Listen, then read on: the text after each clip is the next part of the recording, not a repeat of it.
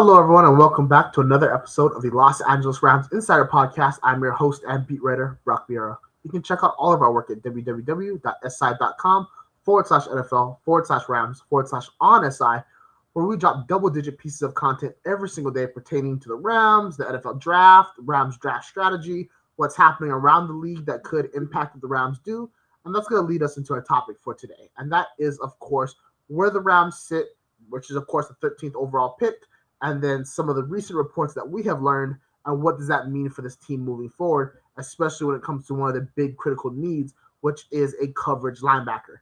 So let's just jump into it.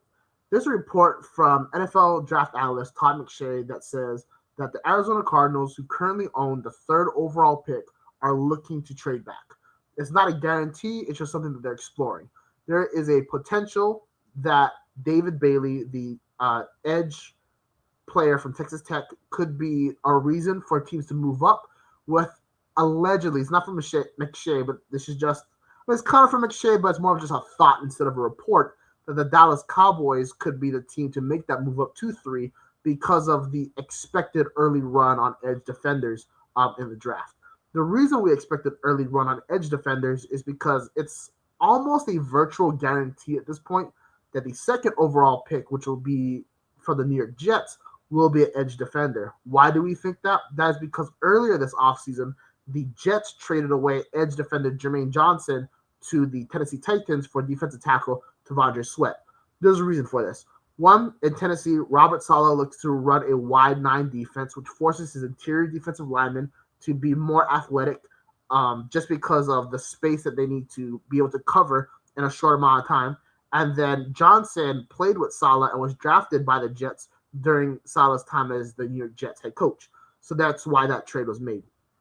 For the Jets, they need to replace that player. So that's why we all think they're going to go and get somebody, whether that's Arvo Reese or David Bailey or potentially somebody else. A lot of great guys on this list.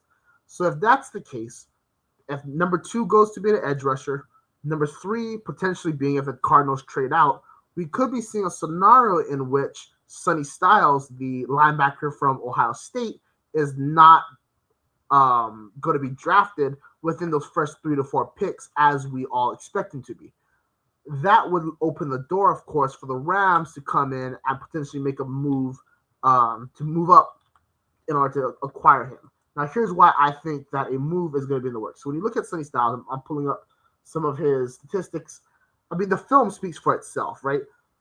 Obviously, super athletic, something he displayed again at the Combine and just throughout his entire career. You look at the versatility, and then you start looking at the way the league is evolving defensively. There are going to be these unique coverage packages in order to assist the pass rush that is going to force an off-ball linebacker like Styles to be able to perform a variety of things. As a linebacker, they already have a tremendous amount of responsibility regardless of what's going on.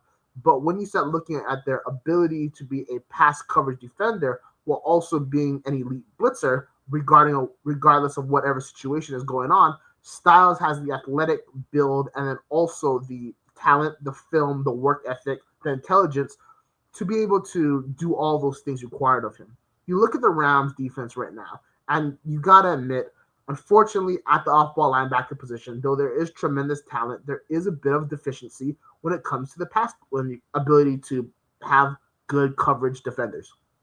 Nate Landman, he does a pretty solid job for the most part, but he's not that main guy. And when he's forced to be that main guy, the Rams are getting exposed. When he was allowed to be in more of a comfortable position in which he was allowed to attack, especially towards ball carriers, that's when he turned into that constant turnover machine. I think a guy like Sonny Styles can really get him back to that point because while Omar Speights does a lot of things very well and to me has a role on this team for many years that go beyond his rookie contract, there are deficiencies in his game as well that are getting exploited, especially when teams put out their typical running formations and then use play action to then pass off of it. That's exactly what the Seahawks did in the NFC Championship game. That's the entire purpose of the Shanahan offense. And when you look at the current state of the NFC West, all 3 division rivals of the Rams run the Shanahan offense in some type of way. LaFleur does it down in Arizona with this Shanahan-McVay hybrid kind of thing that we're expecting from him. Kyle Shanahan, obviously in San Francisco, and then the Seattle Seahawks current offensive coordinator comes from Kyle Shanahan. So again, all the same thing. Styles has the ability to be that guy that can match up on a variety of players. So when teams are putting in these unique offensive packages where you're not exactly sure who is your guy or what you have to do, a guy like Styles can be matched up in a variety of ways to help solve the puzzle for everybody else and allows them to go out and do their job. Styles, only 21 years old, turns 22 in November, national champion, and there is some familiarity already with the Rams, considering the Rams hired Michael Hunter, the cornerback coach, or more of a secondary coach, from Ohio State, who was there for the past 2 seasons. In 2024, when they won a national championship, and then last year in 2025, when Styles was named a first-team All-American. There's some other players that could come in from Ohio State for the Rams, like Caleb Downs or Davidson Igbinosun, maybe later on in the draft. But when you're looking at a talent that could really take this team to the next level instantly, Styles is that guy. Unfortunately, the byproduct of this is going to be if there is that run on edge defenders that we expect, guys like Reese, guys like Bailey, guys like Ruben Bain are most likely going to be gone because teams are going to notice that when one guy goes, another team is going to select from that same position in order to capitalize on the value that exists in that position group. Because so many teams are going to try and get their guy before that talent drops off, that's going to lead to kind of a backlog for the rest of the draft. Of course, that team like the Rams, who don't have a variety of holes, can exploit in order to really fill out the roster.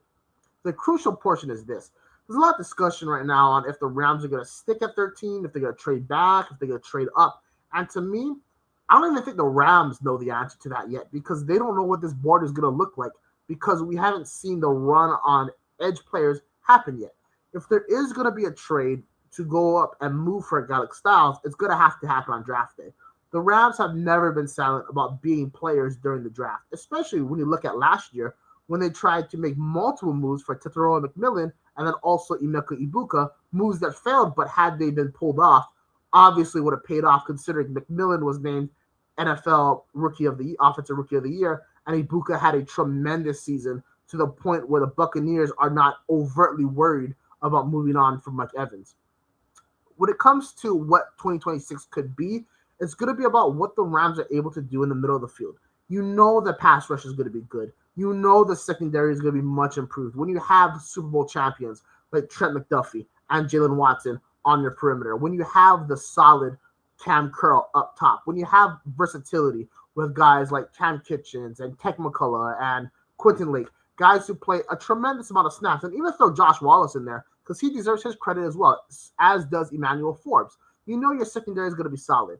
The one critical factor is your linebacker room. The good news about this, though, is that when it comes to the mental portion of it, the linebacker room is actually the most solid unit on the entire field. I didn't say this. Jared Verse said this. When he talked about the failures of the NFC Championship game, the one thing he said for sure is that the linebackers were all locked in. That's Spates, that's Lamon, that's everybody. Now you're bringing in a young, talented player like Styles who already comes from a prestigious university, who has a strong family foundation that we all know it's been well documented. This guy is a mature person right now, and he's only 21 years old. When you come into a room where expectations are heightened because of the league, and you have a guy that has a desire of Styles, magical things are bound to happen, especially when you put him in an environment where he's going to be allowed to grow, fail, and then learn from those mistakes. To me, this is a major, major report because there's very few holes this team has. Backup quarterback, third wide receiver, coverage linebacker are the three critical ones. Backup quarterback is going to be a veteran. It has to be because the Rams need a quarterback who can step in instantly and maintain the way the ship is going, control the ship before it derails, or the train before it derails, and all this money that you invest into this all or nothing season goes away because of a Matthew Stafford injury. So that already takes the quarterback question out of the equation. Then you start looking at the third wide receiver. This team has a tremendous amount of trust in Konate Muntfield. I'm not saying that they're not going to get a wide receiver, but after last year, after they saw the way Muntfield stepped up, I do think that there's a belief that with one more year in this system of understanding the offense a little bit more, Mukfield is going to understand his opportunities, how to adjust his play style to create them. And then when you start looking at what I was able to witness live last year, when he was able to play loose and free and not having to constantly think about assignments or moments or things like that, because he was just, again, allowed to go off, he was incredible. I think we're going to be able to see a lot more of that in games this season compared to just seeing it in practices last season. So that's why the need is there, the player is there, and we're seeing reports where we could see that edge run that's going to allow the Rams to potentially move up from 13 to maybe 4 or 5 or 6. I don't think he goes past 7, but maybe in those ranges where they can go out and get a player like this, especially for the fact that he plays a position that's currently undervalued in the league. This has been Brock Vieira for the Los Angeles Rams Insider Podcast. We'll catch y'all next time. Take care.